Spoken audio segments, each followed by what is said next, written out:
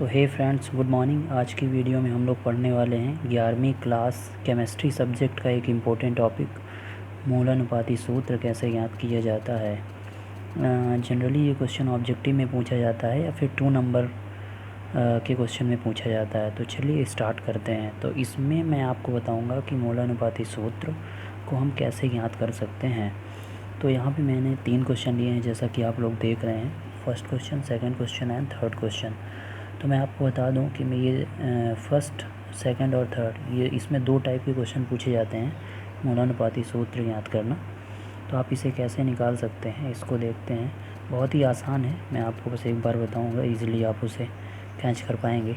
तो देखिए, जैसे पहला क्वेश्चन है हमारा, तो मैं लिखता हूँ CH3COOH। ठीक है। अब इसका अगर हमको मूलानुपाती सूत्र निकालना है तो पहले मैं देखूंगा कि इस यौगिक में CH3COOH में कितने हमारे कार्बन हैं। तो अगर आप यहाँ पे कार्बन की संख्या देखेंगे, कार्बन की संख्या, तो ये है 1 कार्बन 2 कार्बन, यानी कार्बन की संख्या 2 है। इसके बाद अगर आप यहाँ पे देखें कि हाइड्रोजन की संख्या कितनी है,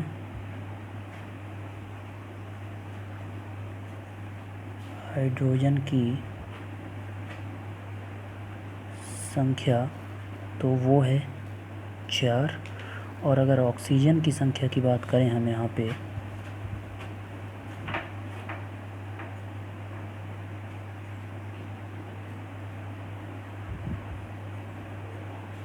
तो वो है, ऑक्सीजन की संख्या अगर आप यहाँ पे देखें तो 1 1 2। तो मेरे हिसाब से यहाँ तक तो कोई ये समस्या आपको नहीं होगी, इजीली आप देख सकते हैं। कार्बन की संख्या 1 2, हाइड्रोजन की संख्या 3 1 4 और ऑक्सीजन की संख्या 1 2। मतलब इस यौगिक में हमारे जो कार्बन की संख्या कितनी है, हाइड्रोजन की संख्या कितनी है और ऑक्सीजन की संख्या कितनी है, उसे आपने लिख देना है। अब अगर आप देखें ध्यान से, 2 4 2, ये एक ऐसी कौन सी कॉमन नंबर है जिससे ये कट जाएगा। तो मेरे हिसाब से ये 2 से कट जाएगा। तो आप इसको 2 से डिवाइड कर दीजिए सभी को, बटे 2 बटे 2 बटे 2। तो ये कितना मिलेगा 1। ये कितना मिलेगा 2 दूनी 4, ये 2 1 कम 2। तो अगर अब आप देख पाएँ, जैसे ये किसकी संख्या है, ये कार्बन की संख्या है, ये हाइड्रोजन की संख्या है और ये ऑक्सीजन की संख्या है। मतलब कार्बन यहाँ पे 1 है, हाइड्रोजन 2 है और ऑक्सीजन 1 है। अब तो ये किसी कॉमन नंबर से कटने वाला नहीं है, अतः इसका मूलानुपाती सूत्र होगा, अतः दिए गए यौगिक का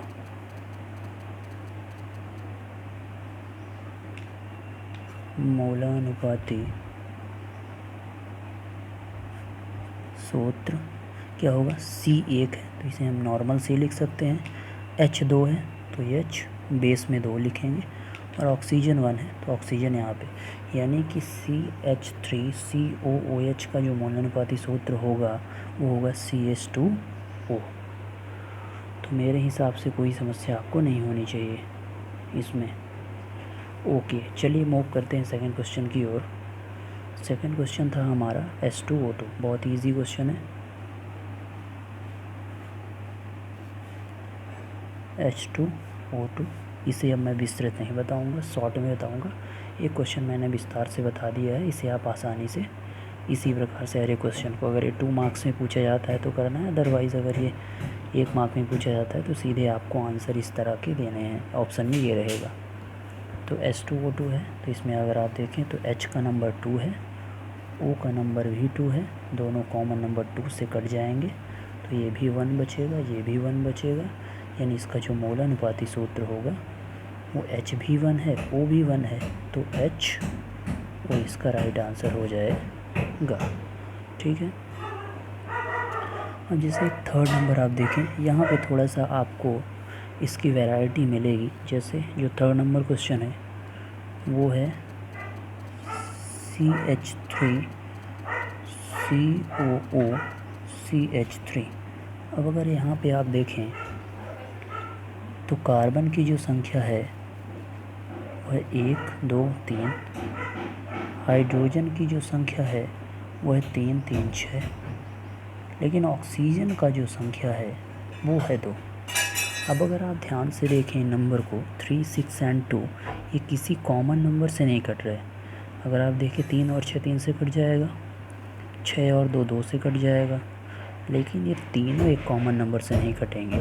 तो कहने का जो तात्पर्य है कि इसका जो मूलानुपाती सूत्र है उसमें कोई चेंजेस नहीं आएगा, वो बिल्कुल सेम रहेगा। कहने का तात्पर्य C3 है तो C3 लिख देंगे, H6 है तो H6 लिख देंगे, और O2 है तो O2 लिख देंगे। बस डिफरेंस इतना आएगा कि ये ऐसा लिखा था, अब इसको आप ऐसा लिख देंगे। So this is the normal mathematics और normal method you apply here. सो इस प्रकार से आप इसको सॉल्व कर सकते हैं। तो मेरे हिसाब से डियर फ्रेंड्स आपको समझ में आ गया होगा कि आप मूलानुपाती सूत्र किस तरीके से ज्ञात कर सकते हैं।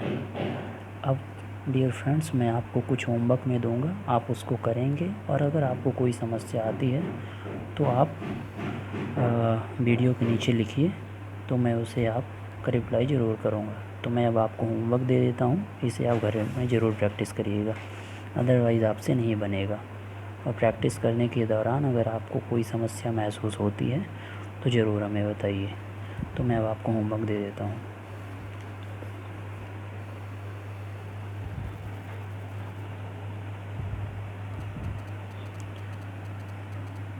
तो ये डियर फ्रेंड्स आपका होमवर्क है, जैसे कि आप देख रहे हैं लिखा है मूलानुपाती सूत्र ज्ञात कीजिए।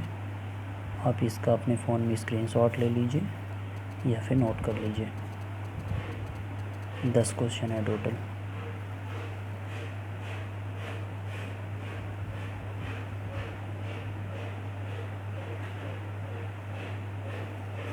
ओके, इसकी प्रैक्टिस ज़रूर करिए। Thank you so much.